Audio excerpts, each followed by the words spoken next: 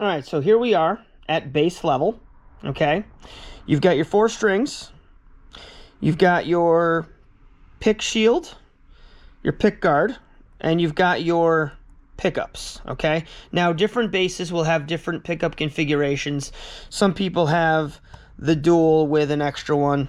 Some people will actually have like a finger rest on the body of their bass. Whatever you have, you want to make do.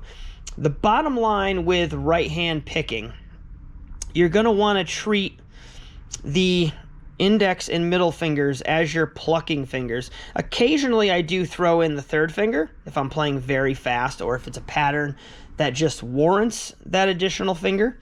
But for the most part, I'm going to be picking with 2 fingers.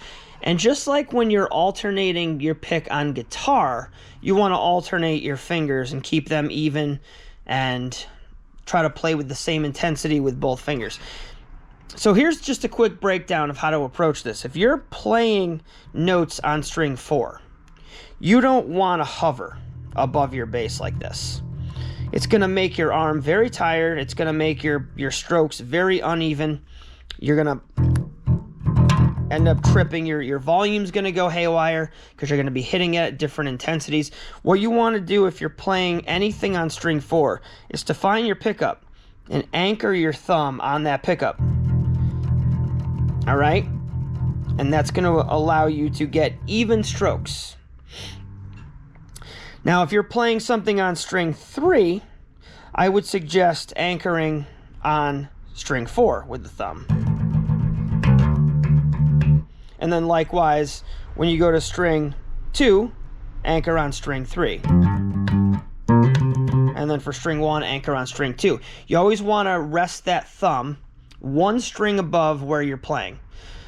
It's a good way to get a even, consistent volume, intensity, rhythm, timing, but also when you're not looking at your bass, it's going to help you kind of gauge where you are. The thickness of the string is one way you could tell where you are, but you kind of want to use that thumb as a guide so that you always know where you are.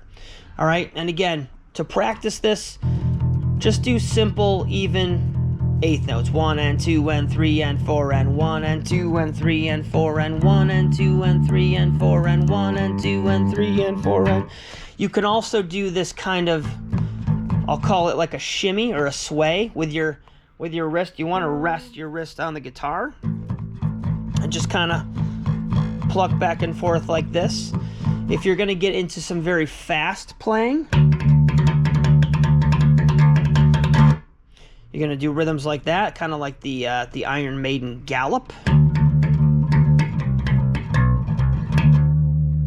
All right, so there's many ways to approach this, but I hope that made sense to everybody to give everybody a basis for where the thumb goes, how the thumb can guide, what string you're on so you know what you're doing. And again, anchoring that thumb, the most important aspect to that is to keep your playing even so that you're not hovering and wasting all your energy on your arm position and how much energy you're using. You want to make this as easy as possible, and all the power is in those fingers. All right? Thank you guys for watching. We'll see you next time.